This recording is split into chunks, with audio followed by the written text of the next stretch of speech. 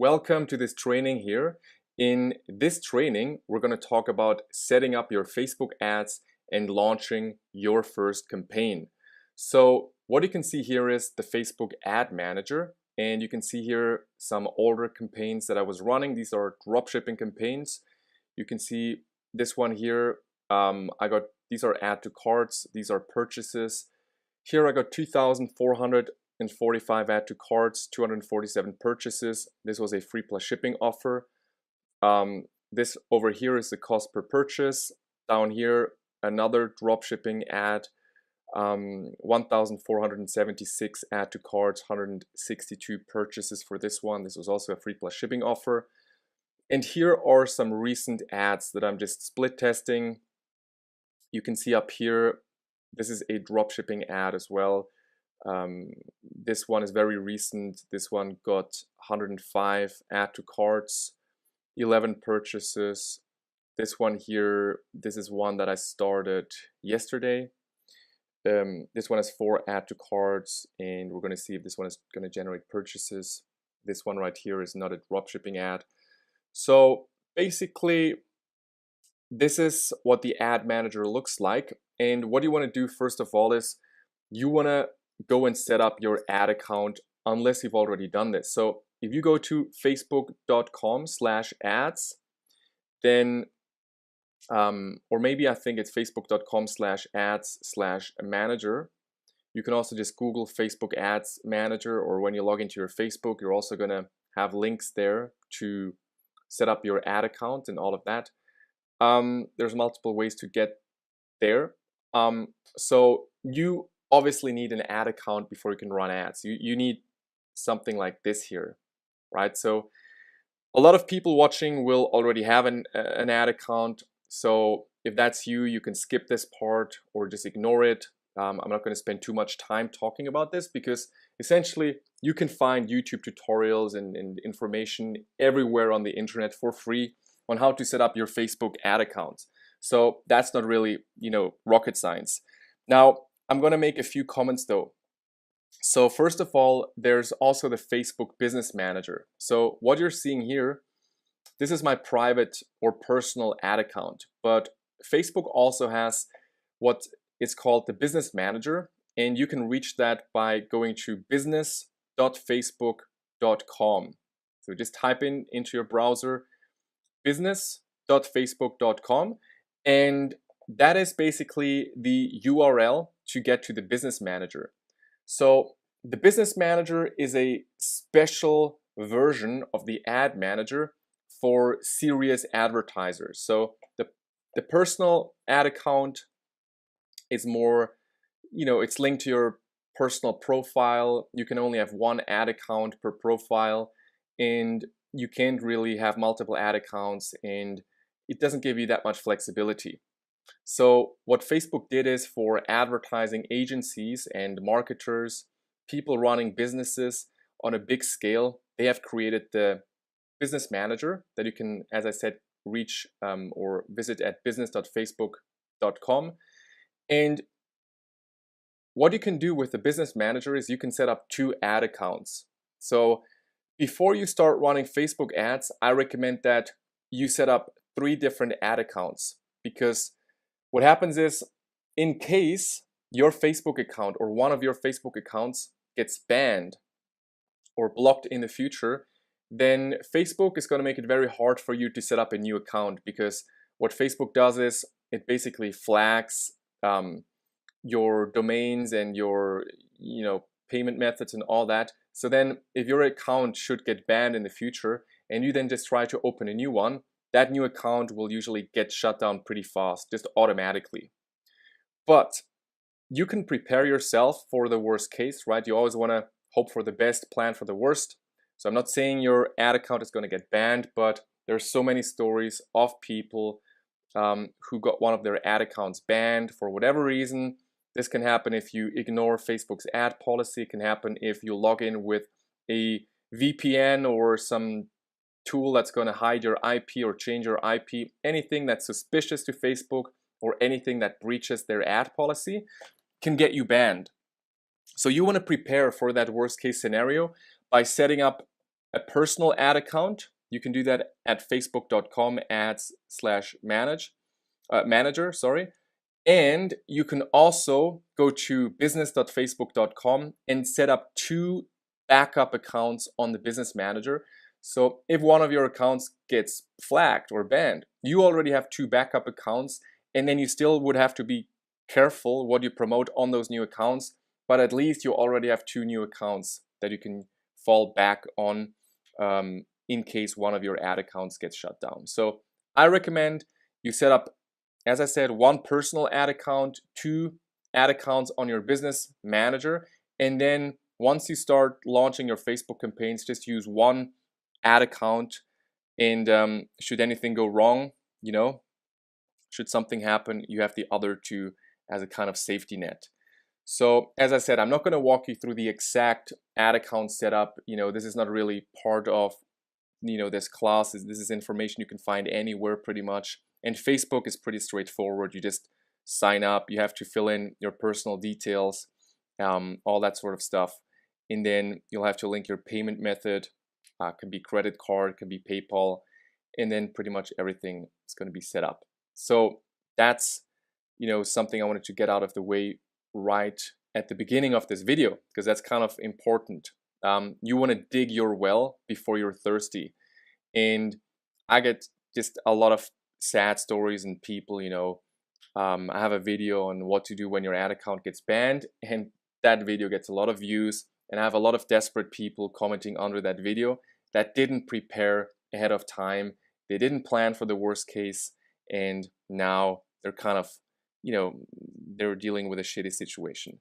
So that being said, let's talk about setting up your actual ads. So Facebook has the ads manager, but if you click up here in the ads manager on this menu, on these 3 bars, then Facebook is going to open a little menu. And you can see if you click here on all tools, then there's all sorts of stuff. There's here the business manager, that's what I was talking about. Then there's the regular ads manager. There's also Power Editor. And Power Editor is basically an offline editor that you can use to set up your ads. So the way I use these 2 different tools is usually I launch my ads or my ad campaigns using Power Editor because it's easier to stay organized using Power Editor. It just makes the workflow a little bit easier. And then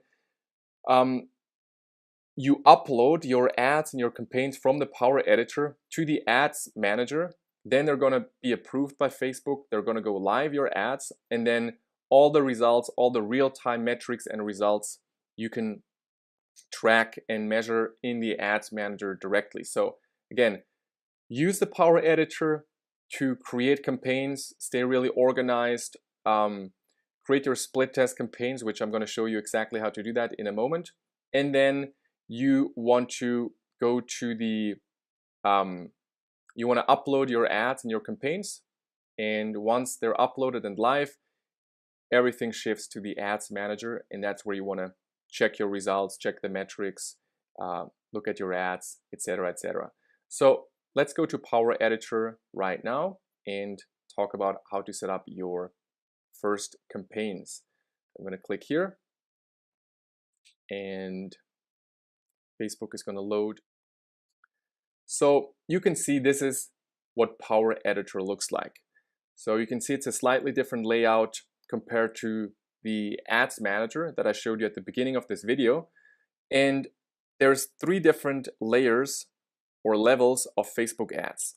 There's campaigns, there's ad sets, and there's ads.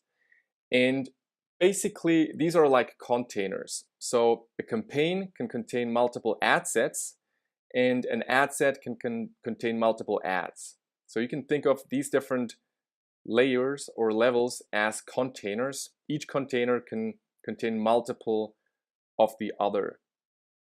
So campaigns have multiple ad sets, and ad sets can have multiple ads. This gives you a lot of opportunities to split test. So just for anyone who doesn't know what split testing is the process of running a test where you check I mean, first of all, you can split test products, you can split test audiences, and you can split test different ads as well.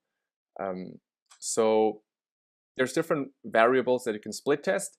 Usually the things you want to test the most are number one, the product, and number two, the audience. So when you run Facebook ads, you should be constantly testing these two things.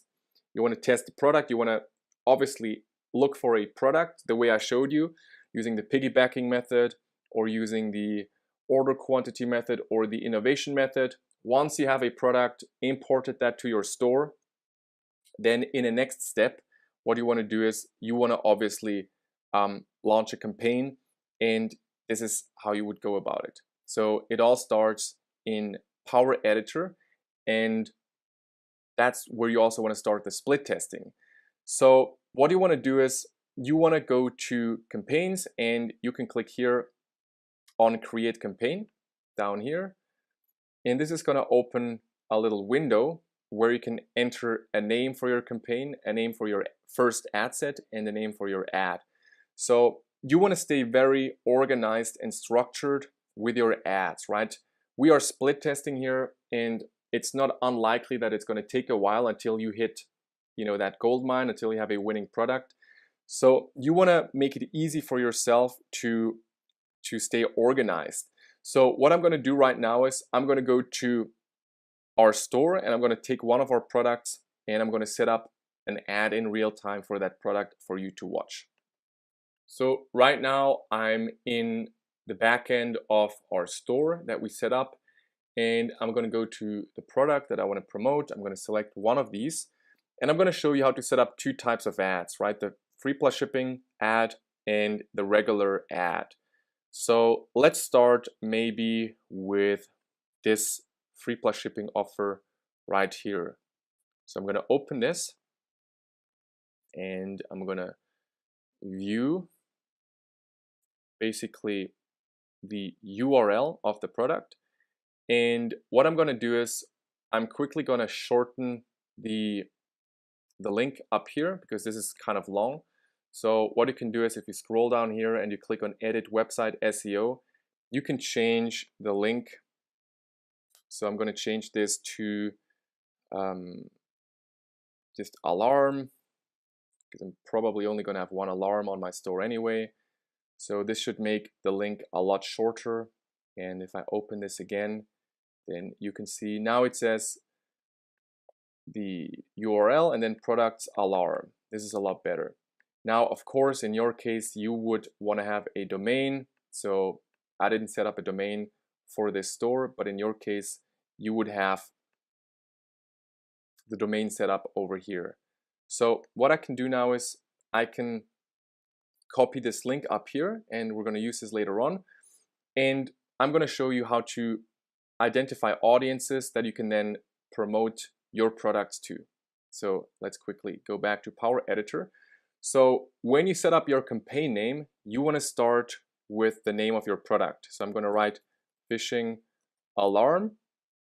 Then I usually just add a little dash, and then I add the type of the campaign. Usually I start by running conversion ads. So I'm going to add website conversion, just WC. And usually you want to start with view content. So I'm going to explain later on why you want to start with view content in most cases. So this is how you want to stay structured. Product name, campaign objective, view content. If you want, you can also add the country that you're planning to target first, in case you want to target multiple countries in different campaigns for the same product. Then it can be helpful to also add the country. So now we know easily in the ad manager, whenever we see this campaign, it's going to say phishing alarm, website conversions, view content, USA. So now in the objective, what you want to do is you want to select conversion. So there's lots of different objectives here. There's conversions, and that's usually what I recommend you go for. In some cases, you can also use post engagement or traffic. You can test these, but in most cases, running conversion ads is going to work best. So that's what I'm going to focus on in this class, in this setup tutorial. So you select here conversions, and down here ad set, we want to give this a name. For now, I'm just going to enter phishing. Later on, I'm going to change this. I'm going to show you what you want to do. And here, ad name, I'm just going to write post. So now we click on create, and Power Editor is now going to set up our campaign structure. And you can see we are now in the campaign level over here. And we have the name of our campaign, objective conversions, buying type auction. You can't change this. It's always going to be an auction. Campaign spending limit, I don't use this, so you can just set your daily spend, so you don't have to set a total limit. You can set the spend limit on the daily level. Now over here, there's going to be some links, 2 links to be exact. You can click on the ad set, and you can click on the ad. So we're going to start with the ad set. So you always want to work your way from the campaign level to the ad set level, and then to the ad level. So let's move on to the ad set level. You can see here we have the name of our ad set. We're going to change this later on. Now here, the first setting that you have to pay attention to is the placement. Here I never recommend just leaving automatic placements, because Facebook is going to basically then show your ads on all the partner networks that Facebook has, all sorts of places in mobile apps and all sorts of places that don't really have a good conversion rate historically. So you want to click on edit placements, and you want to select where your ad shows up. So audience network, I always disable this. Instagram, it depends. Sometimes I leave Instagram as a placement. That depends what type of ad I'm running. So we're going to talk later on about Instagram ads. I'm going to have a module on that later on, where I'm going to show you how to run Instagram ads individually. So for now, what I'm going to do is I'm going to disable Instagram. And as you can see now, we have Facebook here. And when we click on this arrow, we can select different things. I don't recommend you use right column. So I also don't recommend you use instant articles. I usually just use feeds. What Facebook means with feeds is mobile and desktop newsfeed, meaning just the regular newsfeed that people have when they're scrolling through their Facebook on their computer or on their mobile phone.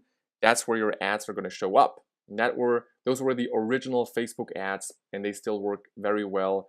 They're the original native Facebook ads, and that's what I recommend you choose here in placements, unless you're running also Instagram ads. But as I said, more on that later on in a different video.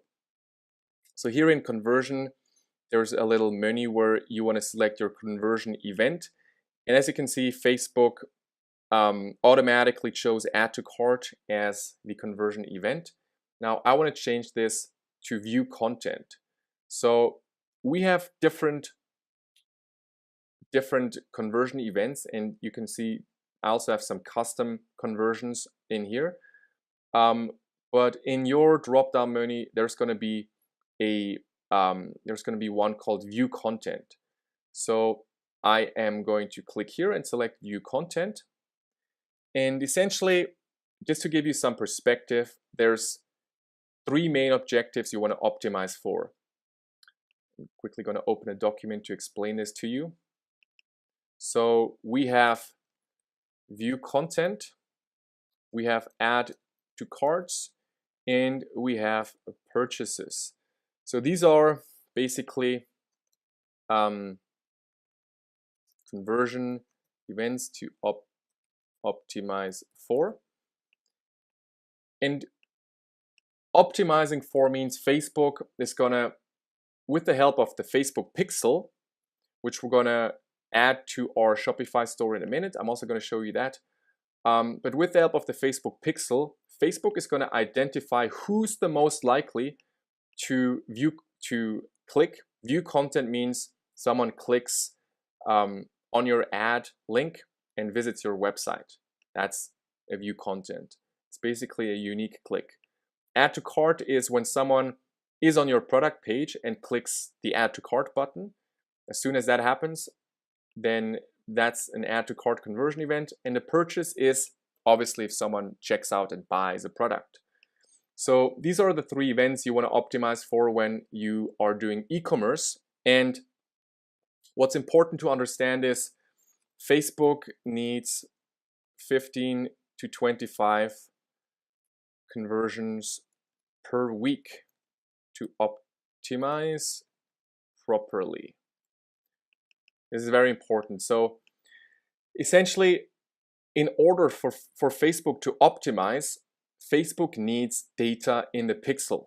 And Facebook has been quite specific about how much data they need in the pixel per week to be able to do a good job at optimizing.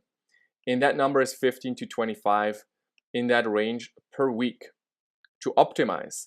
So that's why in most cases, you want to work your way up from view content to add to carts to purchases. So you start with view content, then later on you can switch to add to carts, and usually that's going to work pretty well, add to carts. And if you want, you can also try switching to purchases later on.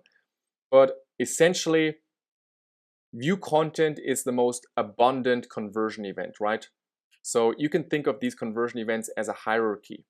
Getting a view content is a lot easier than getting an add to cart. Getting an add to cart is a lot easier than a purchase. In other words, view contents are the most abundant conversion event on your store. You can easily get view contents pretty fast on your store. Add to carts are going to be less abundant, right? If you get, let's do it simply. If you get 100 view contents, you might get, let's say, 50 add to carts, and you might get, let's say, 10 purchases. That's just an example, right? These numbers might look very different on your store. You might get a higher add to cart rate, or you might get a lower add to cart rate. So there's no real rule for this. As long as you are profitable, you can get 1,000 view contents if your traffic is super cheap, and you could get, let's say, 200 add to carts and only 10 sales. So the numbers are different, but the point here is view content is the most abundant conversion event, then add to carts, and then purchases. That's just always going to be that way. You're never going to make more purchases than view contents. You can't make 10 purchases and only have 10 people visit your store. You can't have 10 people visit your store and have 20 add to carts. That's just not how the numbers work, right? There's a certain flow, a certain conversion flow. So what that means is we need to take into account that Facebook needs 15 to 25 conversions to optimize. So obviously we want to start with the most abundant conversion event because it's going to be easy to get 15 to 25 view contents per week.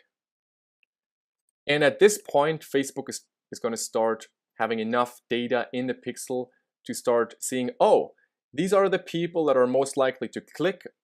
Let's get more people. Let's get more people like this. Now, the Facebook pixel is a bit like the brain of your e-commerce store, and it's going to learn. It's going to train itself to look for more people that are likely to click. And as a result, usually your cost per click or your cost per conversion goes down. It's pretty low.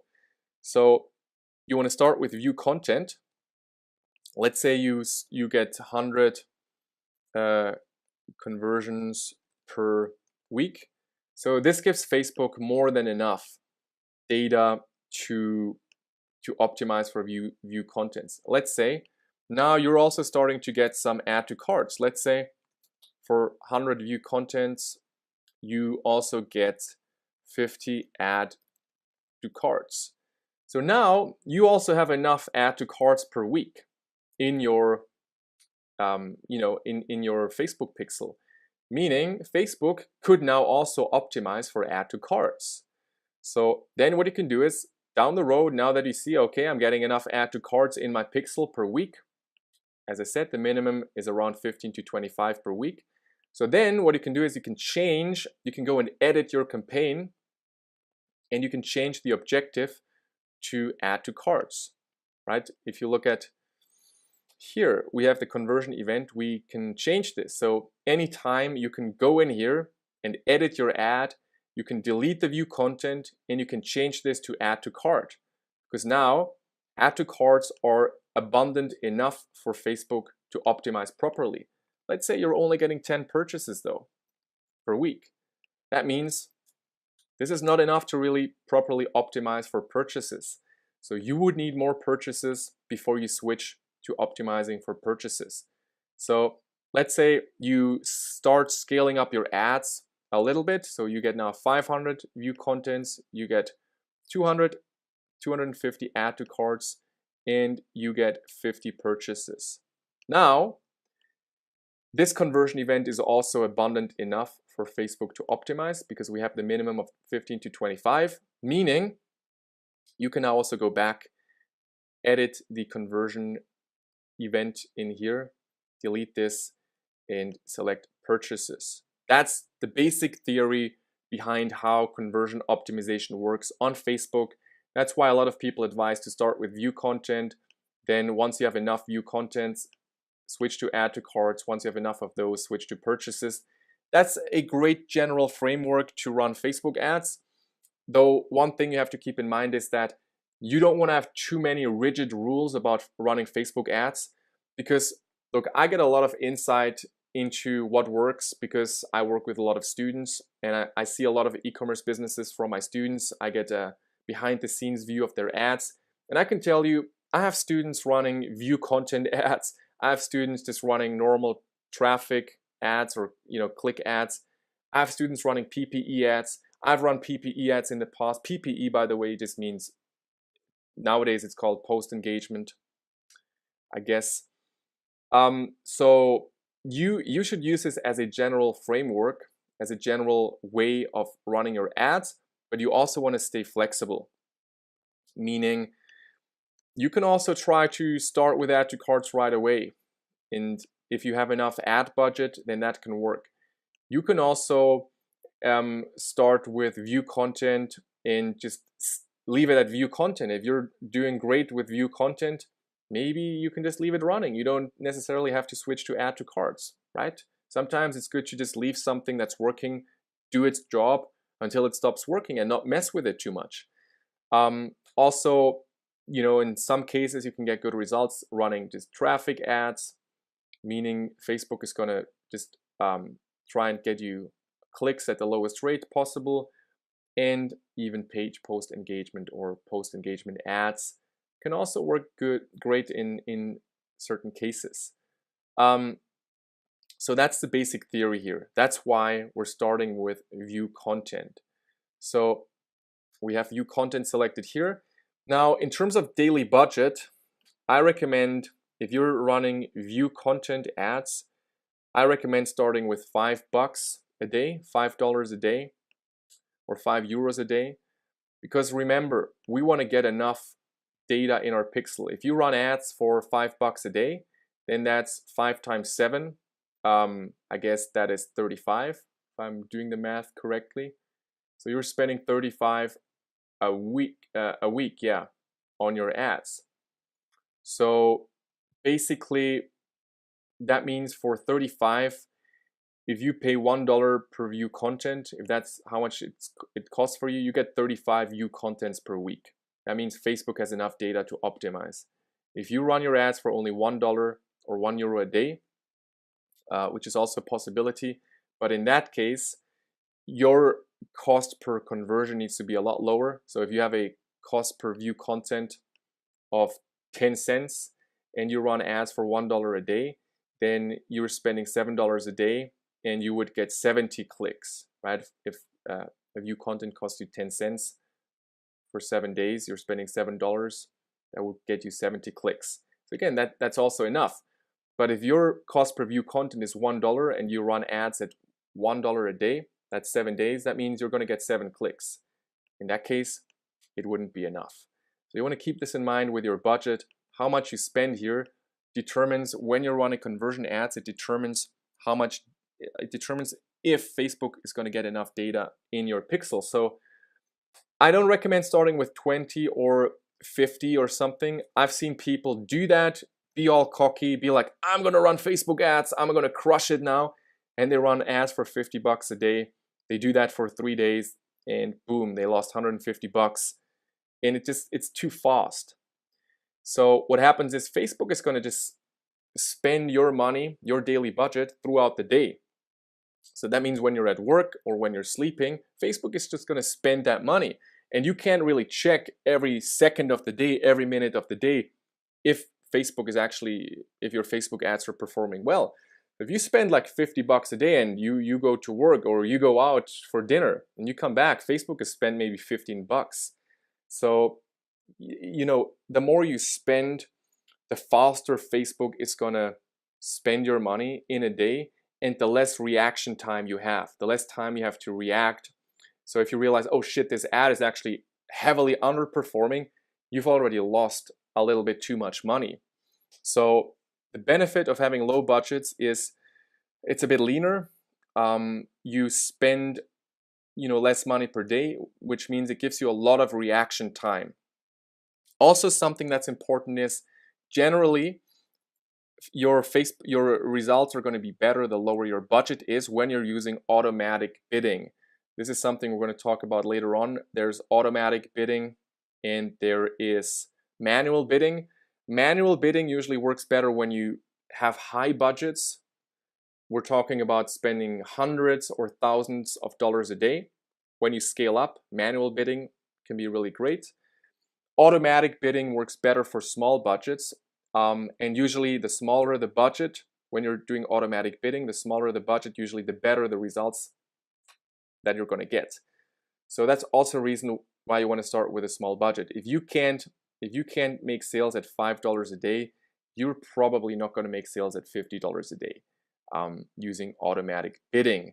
So when I start my ads these days, I usually start at $5 a day. In the past, I also started a lot of my campaigns at $1 a day. It's up to you. It's up to you how much money you want to spend. So with Facebook ads, you want to set a certain daily budget aside. You want to have a daily budget, and then you just want to calculate how much you can spend on your ads. So your ads are likely not going to be profitable right away. You would have to be very lucky for that to happen. So, as I said in the framework video, basically, so your ads are not going to be profitable right away. So essentially what you want to do is you want to test your way forward until you have that winning campaign, until you hit gold, and then you scale up. But you have to be willing to test maybe 9 products that aren't really profitable, and then product number 10 is going to be a winner. Or maybe you're going to test 29 products and product number 30 is going to be a winner. So in this drought period, you're going to lose money. In this split testing phase, you're going to lose money, but it's important that you come from the right mindset. So, you might look at it as, oh, I'm just losing money, or you might look at it as, I'm buying information, I'm gathering information, I'm learning which products are working, I'm learning about ads, I'm learning about which audiences respond better. Because in this split testing phase, you get all this data. You'll see these audiences work better, and that is valuable information for later on. You're going to learn these products tend to do better. That's valuable information. You also learn what doesn't work. That's valuable information as well, because later on you don't have to spend any money on that because you already know what doesn't work. So you want to come from this mindset that you are literally buying data. When you're spending money on Facebook, even if your ad campaigns aren't profitable or breaking even, if you're losing money, then don't fall into this victim mindset. A lot of the most successful guys running Facebook ads, they understand this. They know that they don't care how much money they lose in the testing phase, because they know it only takes one winner. It only takes one massively successful ad campaign to make back all the money that was lost in the testing phase, plus 10 times or 100 times more. So it's a bit of a mental game running Facebook ads. Now, of course, you also don't want to just blow your money. So I only recommend that you run Facebook ads if you have enough money on the side. So if you don't have enough money on the side, and we're talking about a couple $100 or $1,000 for testing, that's like a good safety net. It's a good financial foundation to start split testing without you having to stop running ads after a few days because you run out of money. If you are dead broke right now, or you don't have that much money, probably using using some influencer marketing or affiliate marketing or something like that can also work for you.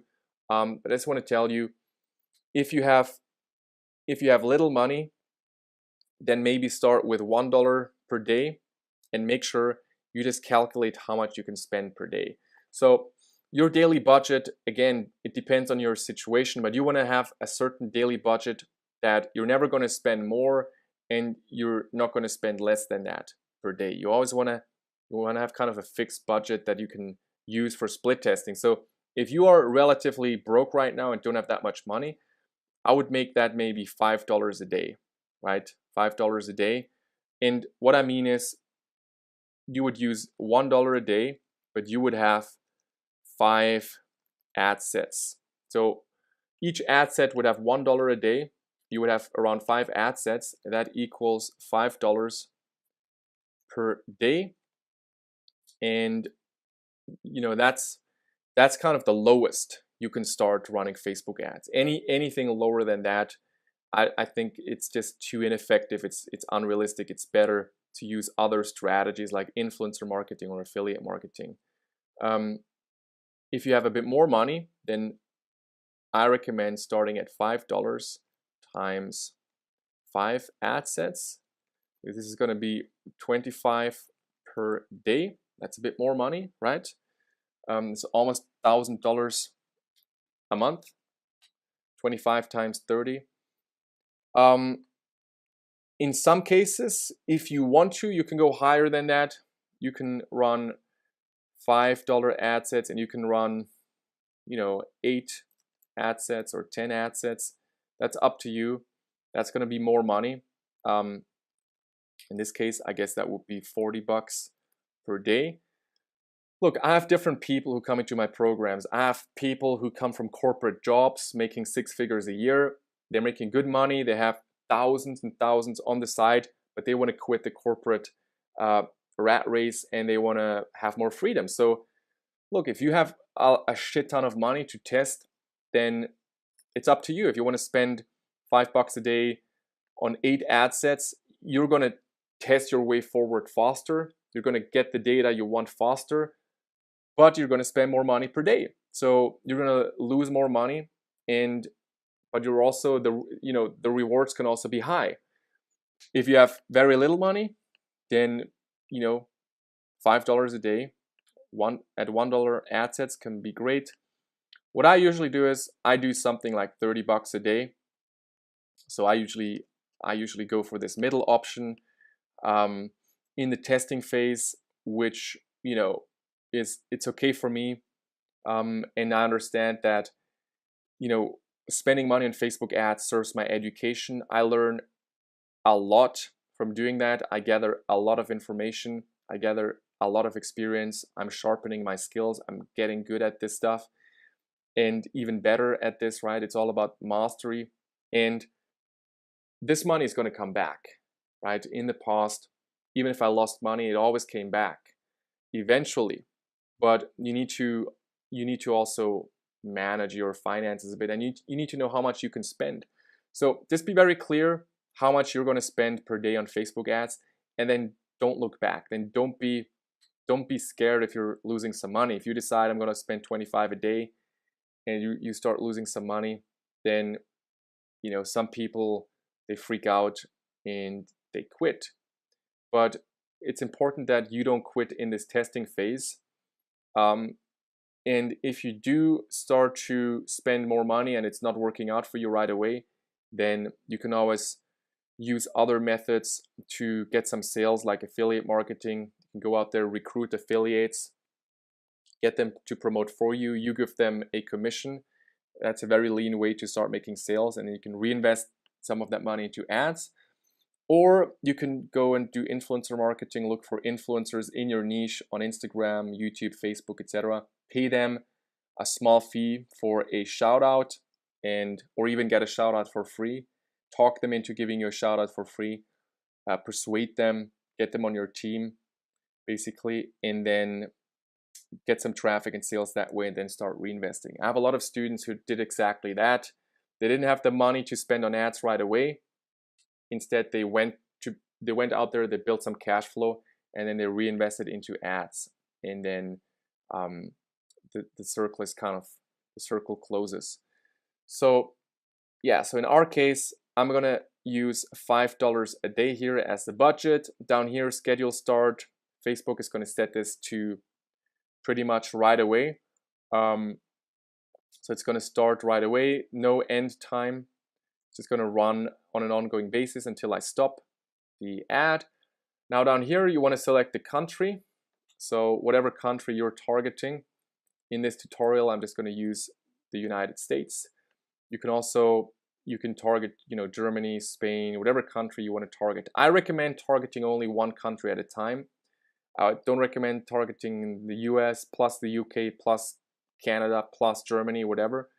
I recommend if you want to go local, or if you want to have a multi-language store, I recommend setting up ads specifically for one country. So if you want to also target, let's say Germany, set up a new ad campaign targeting Germany, and in new ads is targeting Germany, so you can really keep them apart. So we have the US in here. We have age 18 to 65. I usually don't touch the age segment here. I just leave 18 to 65. Gender, this depends. If you're selling women's jewelry or something like that, then you might want to use women. If you're selling cat products, maybe women is a good option for you. If you're selling something that's specifically only for men, obviously you would choose men. If in doubt, if you're not quite sure if men or women are more into your product, you can just leave all. And then Facebook, you're going to get the data from Facebook. You're going to see that more men or more women are clicking on your ads, and then you can always go back and edit this. Languages, I usually leave this empty because I'm just going to target everyone in the US. Now, one thing that's important, a small detail here in locations, you want to select here people who live in this location. If you choose everyone in this location, then you're also going to target tourists, just people that are currently in the US, right? Maybe some person from Japan who's currently for a week in the US, you're going to target them, and that's not ideal. You want to target people who live in this location. As I said, language field, I usually leave empty. Detailed targeting, this is where it gets interesting. Now, in this example, we are running a phishing ad, right? So the way I find audiences is I usually just type in a general keyword in here. In the past, we would used to do this with the Audience Insights tool, but Facebook recently did an update to the Audience Insights tool, which has made it a bit more hard and ineffective to work with. So these days, what I recommend doing is just finding the audiences, the interests that you're going to target here in the detailed targeting field. So if I type in here phishing, then you can see here we have an interest, and there's 106 million people in here in the US. Now down here, there's this option expand interest when it may increase conversions. I've played with this. Sometimes I turn it off, sometimes I turn it on. But when I'm determining my audience size, I always turn it off. So you can see we have 21 million people who like phishing in the US right now. And that's a huge, huge audience. That's way too broad. So we want to narrow down a bit more. So what you can do now is you can click here on narrow audience, and this is called intersecting interests. So this means I can add an additional interest down here, and then it says here include people who like phishing and also like, and then this interest. So it means now we have people who like phishing plus, let's say, recreational phishing we could select here. So now our audience just went from 19 million to 2 million, right? So we're narrowing down, we're getting closer. We're starting to have really passionate people in our audience. So now we only have people who like fishing and also like recreational fishing in our audience. But 2.6 million people, it's still a relatively big audience. So if you wanted to, you can narrow down further. So one more time, and a little trick, by the way, if you just click down here, then Facebook is going to give you all these recommendations, right? These are all recommendations, all audiences that you can test. So we have I love fishing, 580,000 people, angling, 9 million. We have fishing tackle, 6 million. We have fishing rod, 6 million. We have fishing lure, 3 million. We have fishing line, 4 million. We have fishing hook. We have fishing reel. We have all these different interests down here that we can now target. So we can now go, and this is something that you should be recording. So what you want to do is you want to create a split testing document. I recommend doing this in a new document. So in this example for this tutorial, I'm just doing it in the same Word document. So we're launching a fishing product, right? So I'm going to write down fishing alarm. That's the name of our product. And now I'm going to write down a list of our split testing audiences. So audience number 1. And now I'm going to create audiences that are around between 100,000 to 1 million in size. So this is still a bit big. So I want to further intersect. So we have sports fishing magazine. We have I love fishing. Let me try I love fishing. We're going to see how big our audience is going to be. Maybe it's going to be too small. So our audience is 190,000 people. So we have people in our audience now who love fishing or like fishing, who like also recreational fishing, and also like I love fishing. And I love fishing is likely a very specific fan community, a fan page, where they're sharing memes and posts about fishing and stuff like that. So this is very targeted, right? A lot of people might just like fishing, but actually, to be precise, 19 million in the US. We saw the numbers over here. But only 190,000 people like all these 3 interests. So this is a way more passionate, way more niche and narrow audience that we can reach.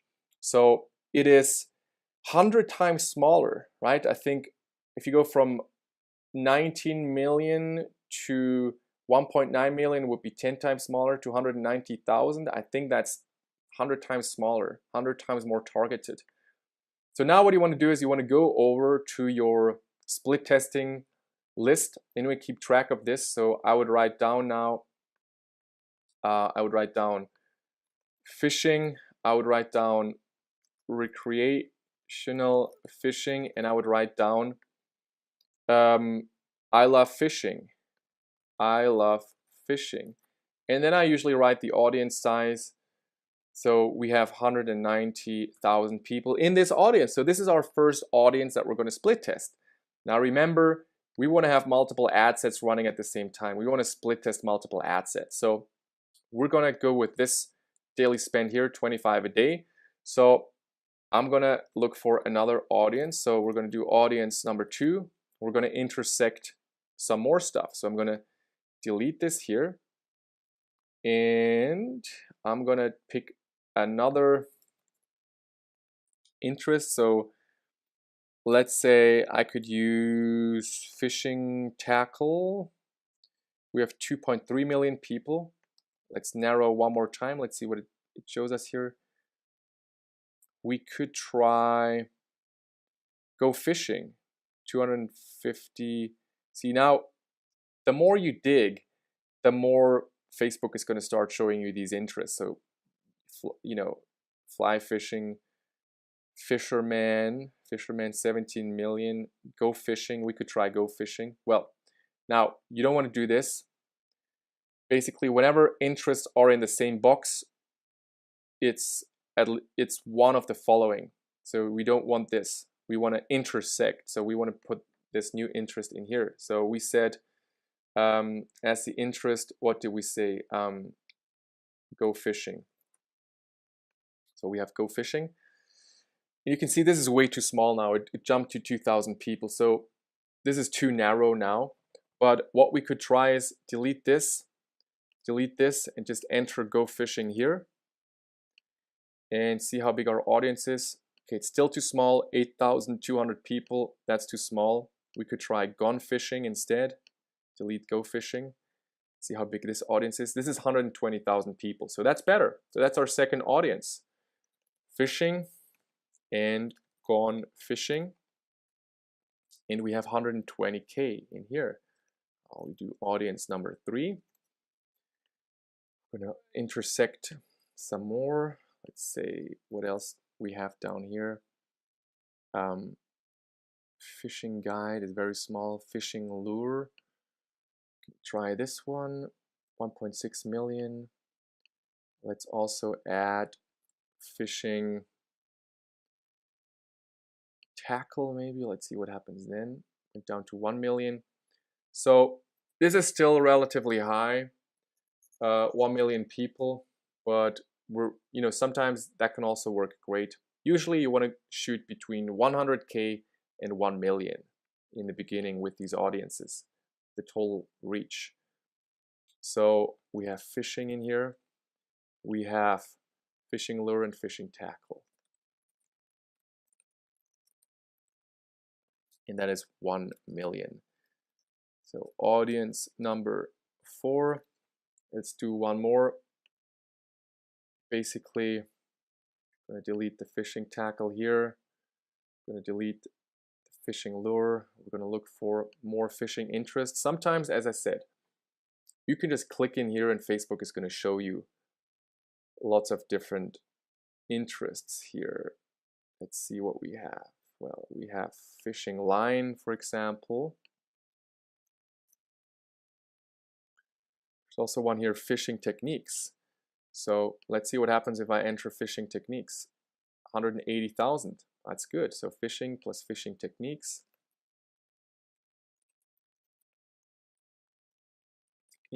That is 180,000.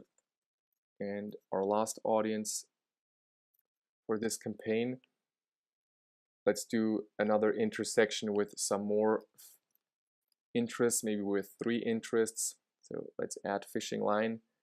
Actually, fishing line is already 860,000 people. So what I'm going to do is, well, let's narrow fishing bait.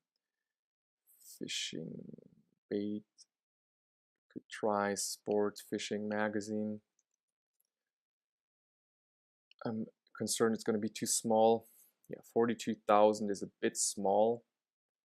So I'm going to add, let's see, fishing reel, or could add fly fishing.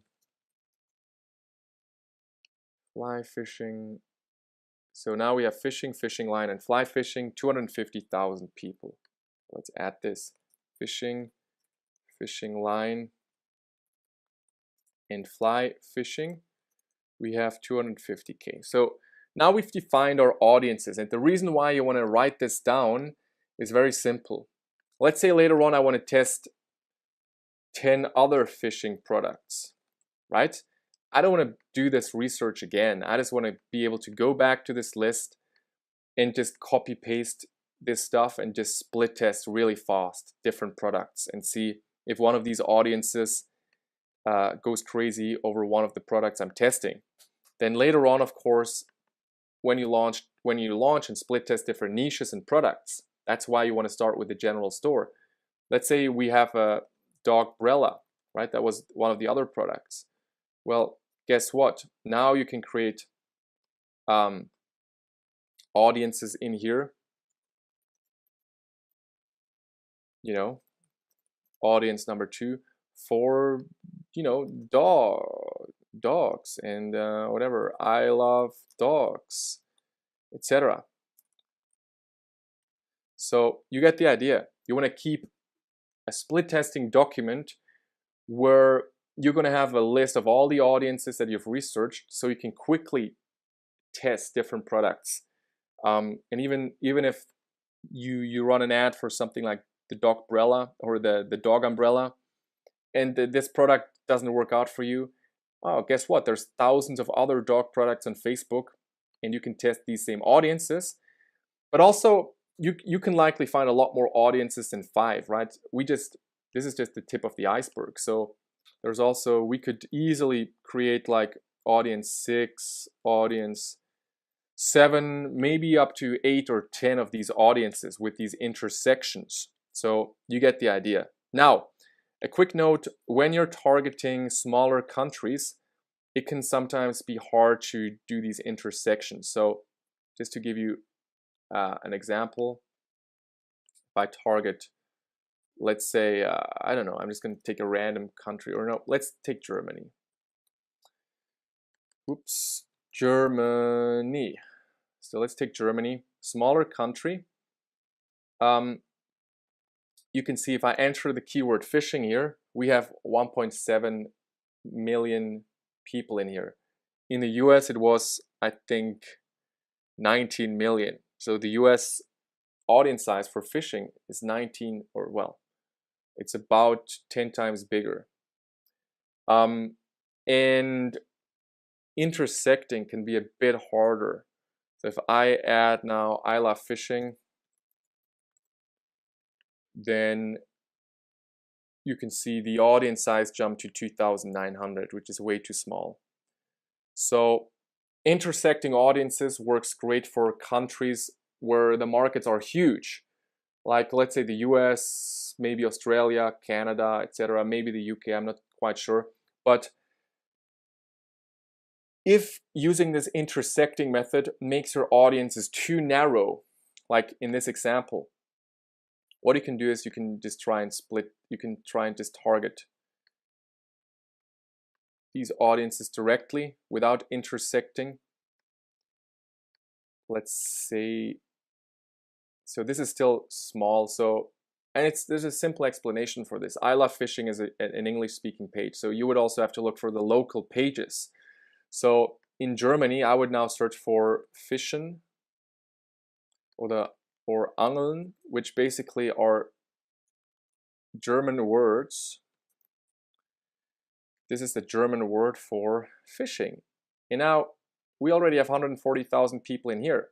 So it makes no sense to further narrow down this audience. This is already relatively broad.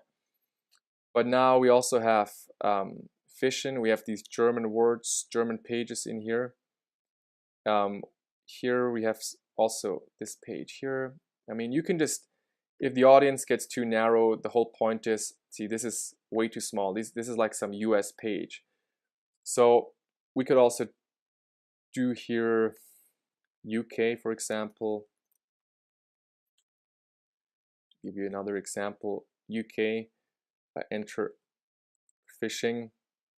In here, we are going to have 2,700,000 people.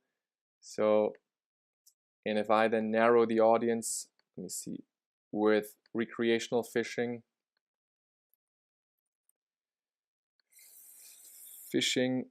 it's 330,000 people. That's a good audience size, right? So you just need to check if you can't intersect, if it gets too narrow, target each one of these pages individually, or each one of these interests individually. So in that case, if you would be doing this in Germany, for example, then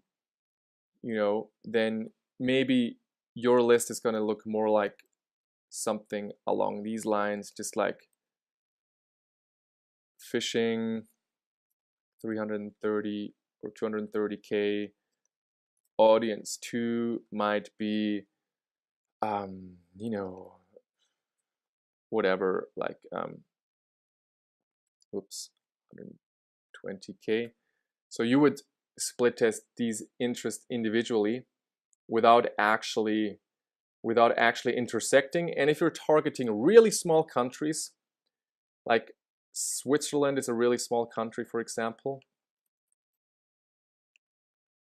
in some cases you even have to to get a big enough audience, you even need to add different interests. So let's say I want to sell like something to people who like H&M.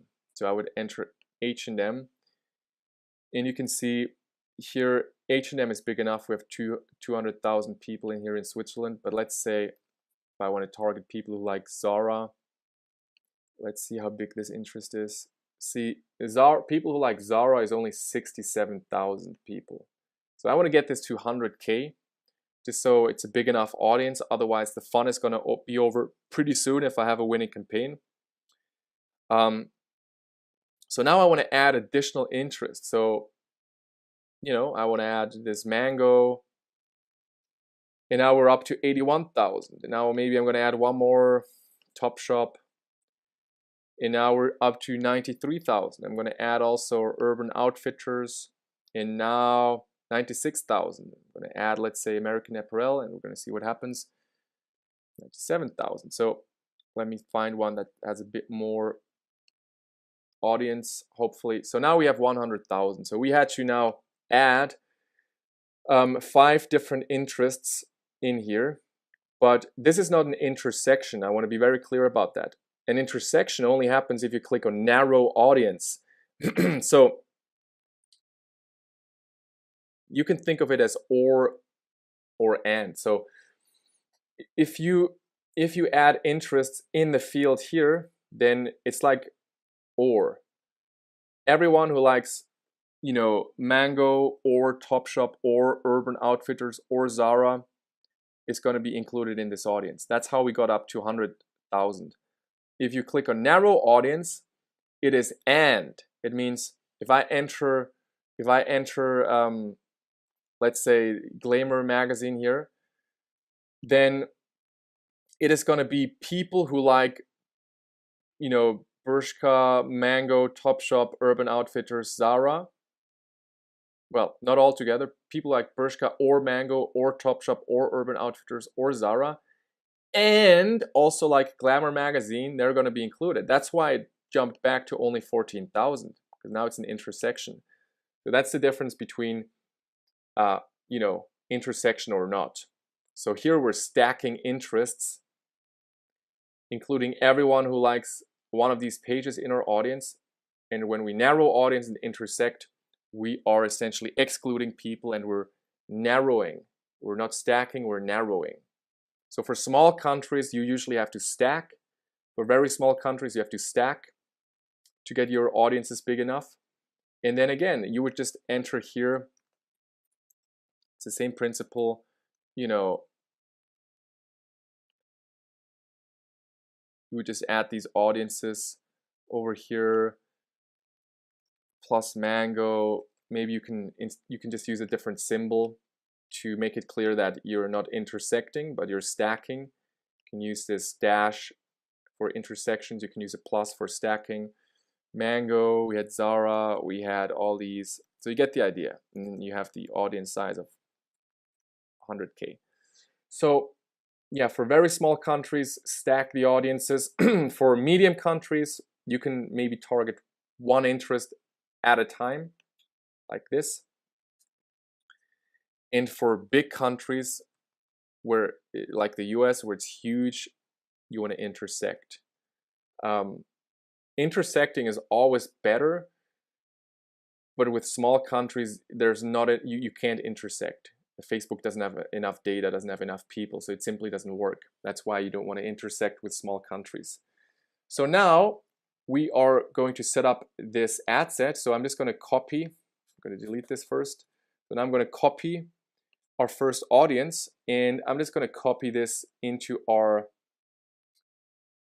title here, so I can stay very organized, so I know exactly what I'm targeting. Now we're going to change this back to the US. And now down here, what's nice is the ad set interests appear up here now. Fishing, recreational fishing. So now even if I scroll down, I can always see what's included. So now I delete all this. I can click here on fishing, or I can search for fishing. I narrow down with recreational fishing. I narrow and intersect one more time with I love fishing. And our first ad set is pretty much set up. Down here, connection type, you can leave this empty. Conversion window, I usually select 1 day. After clicking an ad, how fast do you expect a conversion? Well, when it comes to view contents, it's definitely a day. Nobody's gonna see your ad and then click after 7 days. We don't really want to include those. We want to have 1 day click, and usually I do 1 day. For very expensive products, you can do longer, but the purchase cycle for relatively cheap products under $100 is usually more of an impulse buying purchase. People click out of impulse, people add to cart out of under $100 is usually more of an impulse buying purchase.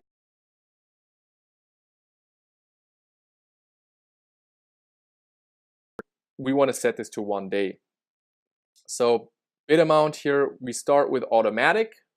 When you launch campaigns, I recommend you start with automatic bidding. Later on, when you scale up, I recommend switching to manual bidding.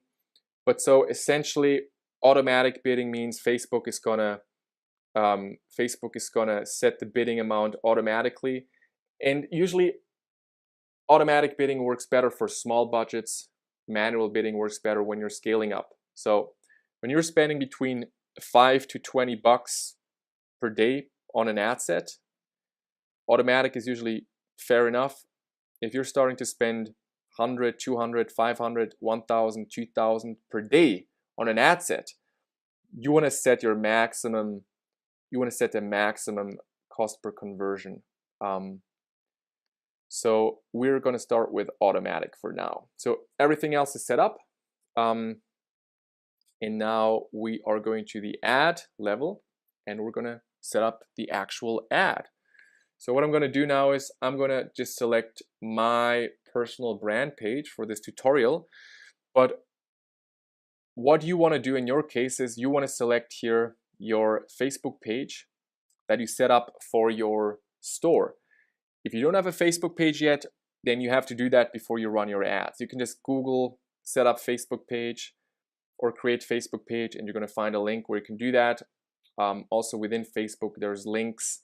If you click on any page from someone else's page, you scroll down and look on the side, and at the bottom there's going to be a link, create a page.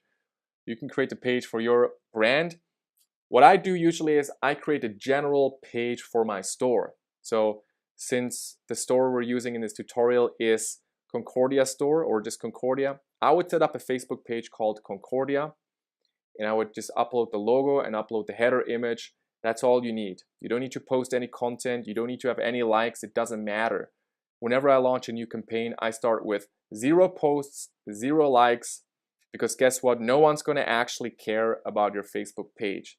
Most people, they're going to click directly on your ad, and they're not first going to click on your Facebook page. So that's what I recommend doing. So you link your Facebook page to your ad. This is you need to do this. You can't run Facebook ads without connecting a page to your ads. Now down here, there's some different options. So you can create an ad or you can use existing posts. So maybe you've heard of something like a dark post in the past. This is what you can do here. It's essentially a dark post is when you set up a post, like a post that you would post on your Facebook page's wall. But a dark post means you're creating a new page post that is unpublished on your page. If someone visits your page, this post is not going to be visible. It's only going to be visible to the people you've selected in your targeting. It's not going to pop up on your Facebook page. That's essentially the definition of a dark post. And you can create dark posts here. If you just click on this little plus, then Facebook is going to open this field here, and you can then open a dark post. You can create a dark post. So that's one option how you can run ads. Another option is just to create regular Facebook ads. So the difference is, it's just a different format. And with these ads here, you can also create a little call to action, learn more, call to action, or something like that. There's no general rule which one you want to use. You can use image ads or video ads here, or you can use dark posts. And remember the piggybacking method. So one question might be, well, which type of ad should I be creating? Should I be creating a video ad? Should I be creating a image ad? Or should I just be creating a dark post? What should I be doing? Well, remember, you have your swipe file from all the ads that you took a screenshot from. You can also download videos, using the Facebook video downloader that I showed you. And you want to, in the piggybacking method, you want to piggyback pretty much exactly the same ad that you saw in this successful campaign that's currently running. So meaning you would try and find the same picture, the same image, you would use the same copy, you would just piggyback, you would duplicate that ad pretty much. If it's a video ad, run a video ad. Try and get the video, upload the video. You can upload the video here. If you click on video, then you can upload that here. You can select video and then upload the video to Facebook. If you want to do an image post, you can select image and then upload the image here. The difference is if you create an image post here, it's going to be a link post, and the dimensions of the image are going to be 1200 times 628 pixels. It's going to be like this rectangle image. So this is like the format of a link post in Facebook. So that can work in some cases, but again, you want to piggyback. So a lot of the posts that you're going to piggyback will either be video ads or will be just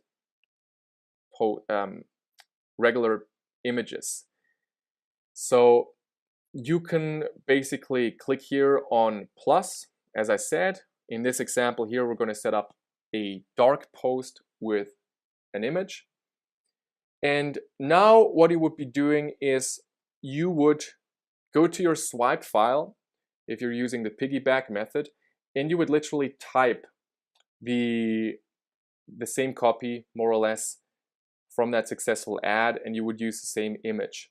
So right now I'm not going to do this because it always takes a moment, to show the whole piggybacking. I think I showed you the piggybacking method quite in detail in the product sourcing module, so you know how that works. And if not, you can go back and go through that again. But essentially now you just piggyback that same ad. You upload the image. You can upload images here by clicking on photo video, upload photo or video. If it's a video ad, you can upload the video. If it's a photo ad, you can upload the photo. If you run video ads, then what I personally find is it's usually a bit more effective if I create an ad,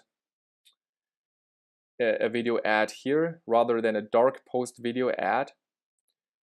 Because when you create a video ad here, creating a regular ad, you can include a call to action. You can include here shop now. Under your video, that's going to appear, and that's going to really, I usually get very low cost per clicks if I run video ads using the standard Facebook ad format here. So if you're doing video ads, I recommend that. Video ads can work great on Instagram, but I'm going to talk more about that later. But if you're just doing an image post, do a dark post. That's what I usually do.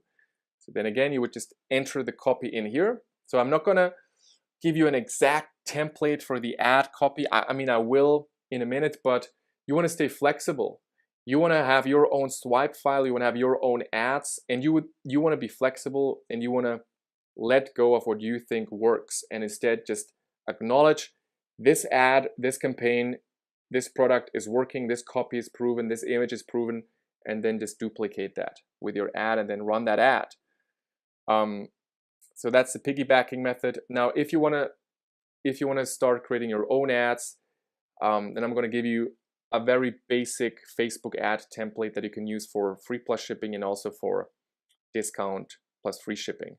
So what I'm gonna do first of all is I'm gonna go back to the product that we have here.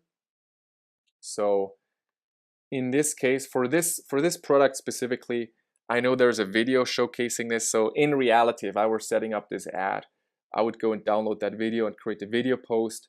But just to demonstrate to you how to set up an image post, I'm going to do that now.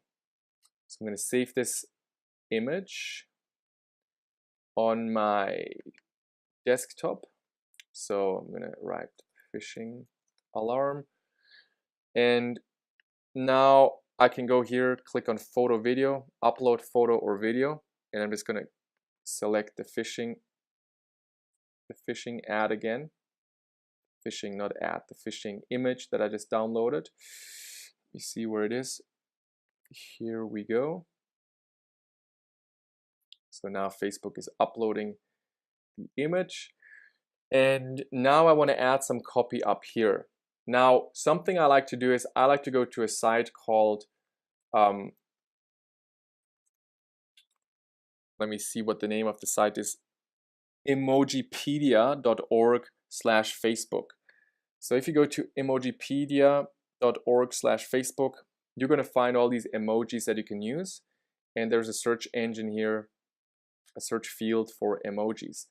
And what I like to do usually is add some emojis to my ad. So I could type in fishing up here, and you can see there's a fish. There's also a fishing rod, and there's a shark here. So you can find emojis here. I'm just going to copy this fish here. I'm going to enter this here, and I'm going to say here, because we're running a free plus shipping offer, I'm going to say free for a short time. Free for a short time. One more emoji.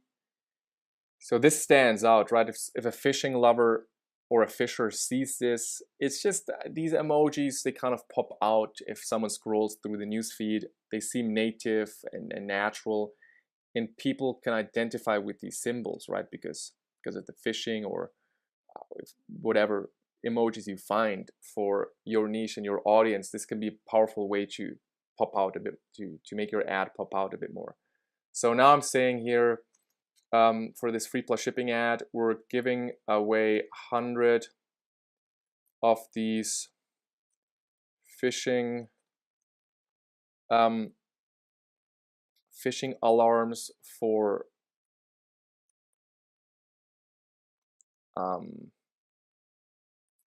free. Just pay shipping handling, or you can just write just pay shipping for free. Just pay shipping, and you can include a bit more information, something like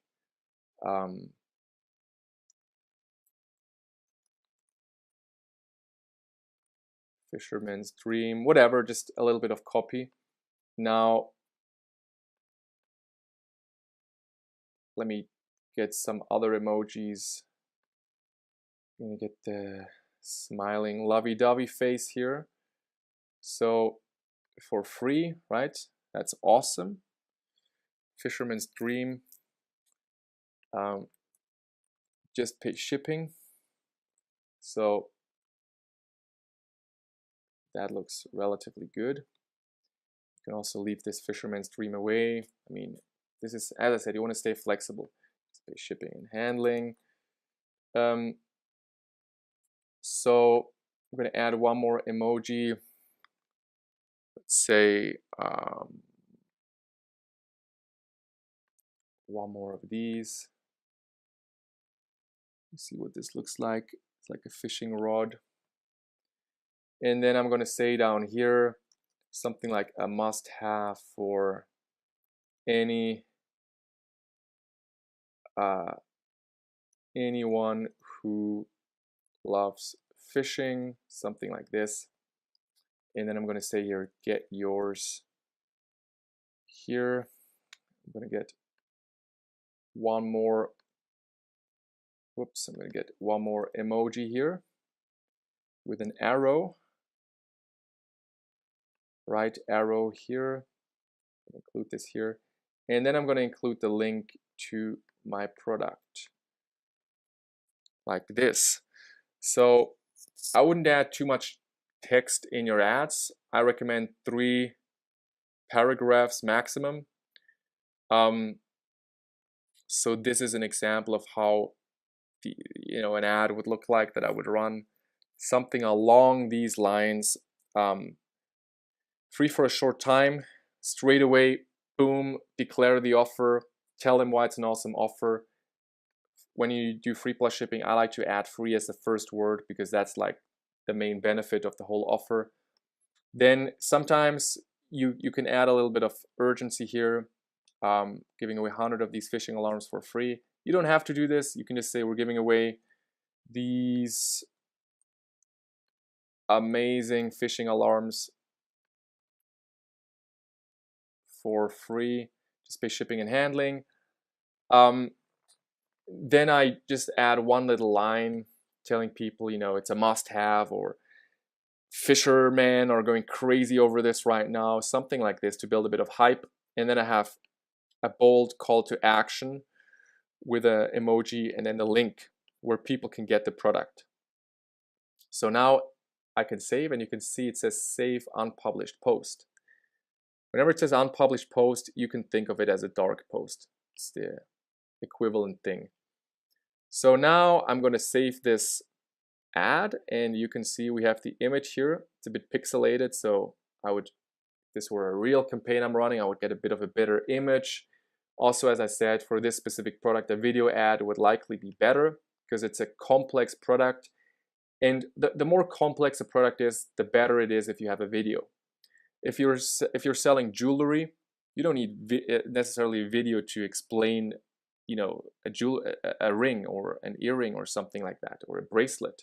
It's pretty self-explanatory. An image, a high quality image of the bracelet is going to be enough. You don't need a video showing someone how to put on a bracelet. I mean, people aren't that dumb. But with a product like this that requires some explanation, like how does this work? What is this exactly? I never seen something like this. What's the benefit? This is not self-explanatory, this image. So in this case, I would look for a video on YouTube or on Facebook. I would try and download the video. And then I would try and make a video ad that's a bit more demonstrates the value and the benefits and the functionality of the product, just so you know. So, but now you have a preview of your ad. You can see it doesn't look too bad. We have the emojis here, it kind of pops out. We have a link here. When people click here, this is when the view content is going to be registered. And that's pretty much it. So one more thing that's important is down here, there's a section called tracking. And down here, you can retrieve your Facebook pixel ID. So you want to copy this Facebook pixel ID, and you want to copy this into your store settings. If I go here on settings, and then I think it's maybe it's general or account. Let me double check. Maybe it's also in online store preferences. Yeah, it's here in online store preferences. There's this Facebook pixel field. You copy your pixel into this field, boom, you hit save, and you're connected. Now, if you don't have a pixel set up yet, then Facebook is going to show you a message here. You have no pixel set up. You can set up your Facebook pixel if you go to the menu here, all tools, and then pixels. If you click here, you can set up a new pixel. It's pretty straightforward. I'm not going to record a separate video or include this in this video. You literally just click on pixels, you create a new pixel, and then you get your pixel ID. You can have one pixel per account. So it's not rocket science. If you have no pixel and you click on pixels, Facebook is going to give you some message, some instructions to set up your pixel. You do that. And then what's important is Facebook is going to give you a pixel ID and also a pixel HTML code. You don't want to copy the HTML code in here, only the pixel ID. And by the way, Shopify has some instructions here as well, showing you exactly how to set up your pixel and where to get it. So yeah, basically you want to make sure your pixel is installed before you run your ads. So now our ad is set up. So now we can go back here and we go back to the ad set level. And now we are going to duplicate this multiple times. So I like to click on quick duplicate. So we're duplicating the ad set that we just set up because we want to split test audiences, right? So now I'm going to copy these different audiences. So we have fishing, we have gone fishing. Again, it's helpful that it's going to show up here. So you can just scroll down, go down here, delete these interests that you had, and then you can change this. Well, fishing, I wouldn't have had to change this actually. Fishing, and here we have gone fishing. Gone fishing. Boom. We have our audience. Now, the ad has automatically been copied as well, since we copied the ad set, and the ad set is like a container that contains our ad. So we don't have to go and set up the ad again. The ad is already copied since we copied the the container that's, you know, one level higher. Everything in that container has automatically been copied. So I'm going to do one more time, quick duplicate, and I'm going to copy here again the name of our audience. I'm going to enter this in here.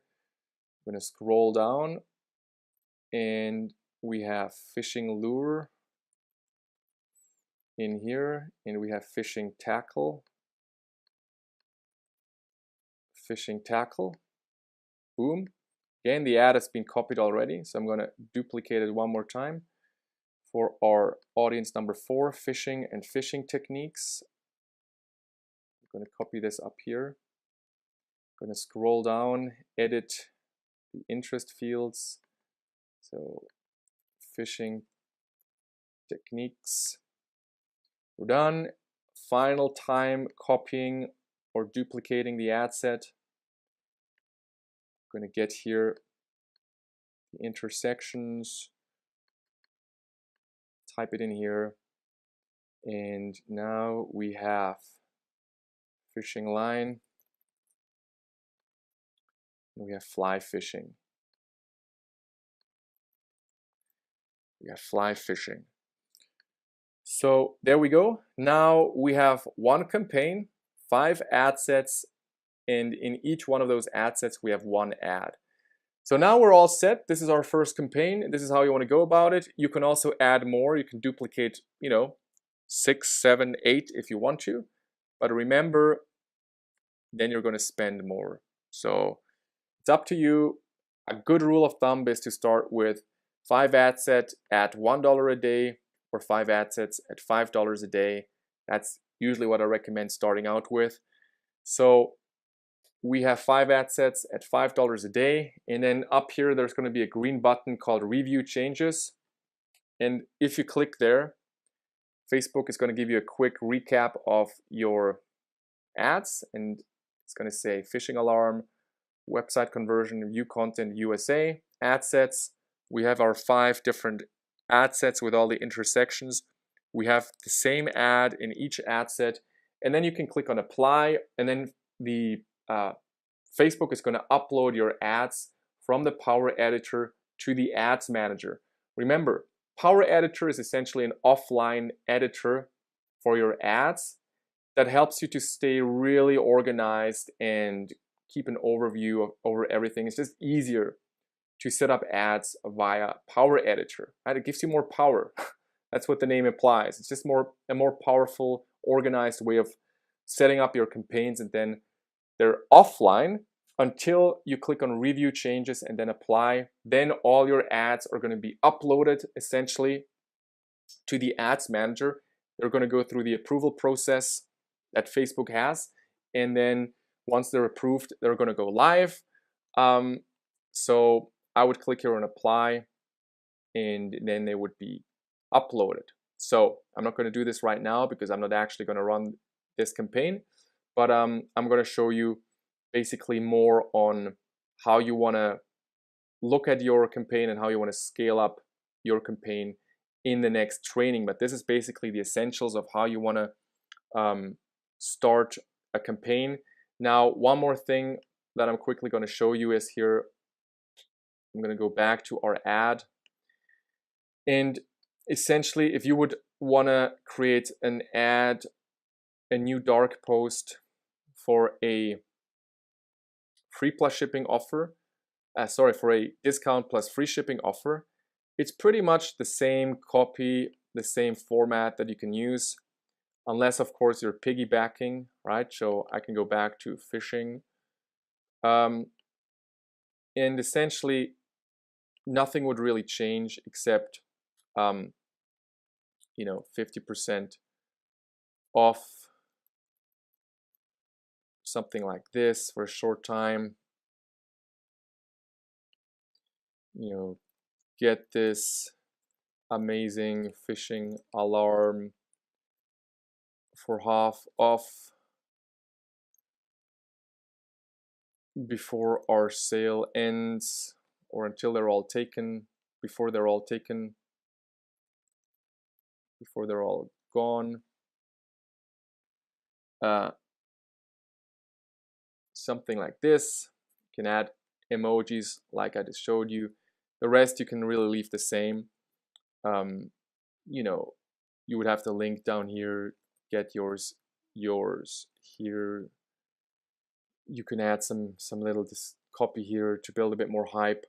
So essentially, you can use this basic template for for free plus shipping offers and discount plus free shipping. It's just a matter of changing a few words, right? Instead of free, it's 50% off. You can also do 80% off. If you want to do an 80% off and really stand out. You get the idea. This is a basic ad template that you can use. And also, you have your swipe file with all the other templates of proven campaigns. And at any time, if you launch a campaign and you're using the piggybacking method, it's better to just copy more or less the ad text that they're using. You can change a few words, you can make it yours, but stick more or less to the format that's proven. So that's basically how you want to set up your ads. Now, one final comment here. So a lot of people are going to be targeting the US, and the US is a great market. If you have a winner, you can scale up big time. But until you find a winner, it can take quite a while, because guess what? The US is the most oversaturated, competitive market right now. Everyone's trying to sell to the US. So ad costs are generally a little bit higher, and it can be a bit harder to get profitable campaigns going in the US. So if you are, let's say, German or Swedish, or you come from a country and you have the possibility to target, let's say, Germany or the UK or Belgium or Sweden or Denmark, and you have a possibility to create a store and ads in the local language, then the ad costs are usually going to be much cheaper in those countries, and it's also going to be easier to sell to those countries because it's not so competitive. People in Belgium have most likely never seen a free plus shipping offer, or very rarely. In the US, everyone's being bombarded with free plus shipping offers already. So there's just less saturation in other countries. So remember these e-commerce opportunities. US is great, but you don't have to stick to the US. You can try, and if you have a good item, and here's the beauty. You can go and use the piggybacking method to find winning campaigns that have sold in the US. You have the exact ad copy, you have the exact image or video, and now you can go and say, this is a winning campaign. Instead of replicating this in the US, I'm going to take all this, translate this ad into Swedish, into German, into French, into Italian, whatever.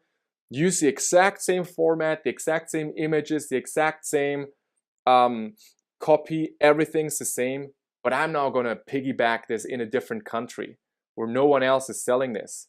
So that's where really big opportunities can also be, because the ad costs are going to be lower. You are targeting a new segment of people who have probably never seen this product or this ad. And guess what? You're piggybacking off of a successful product and ad. And you know there's a high chance of that succeeding. So that's just to give you an idea. It's up to you which country you target. You can go for the US. That's fine. It might take you a bit longer, might be a bit harder. But I just want you to be aware of these opportunities. So that's all for this video here. In the next video on Facebook ads, we're going to talk about how to keep track of your Facebook ads, how to kind of look at the results, look at early signs for winning campaigns, and then we're going to talk specifically about how you can scale up, different ways you can use to scale up your Facebook ads once you have a campaign that is successful. So I'll see you in the next video, and we'll talk and continue there.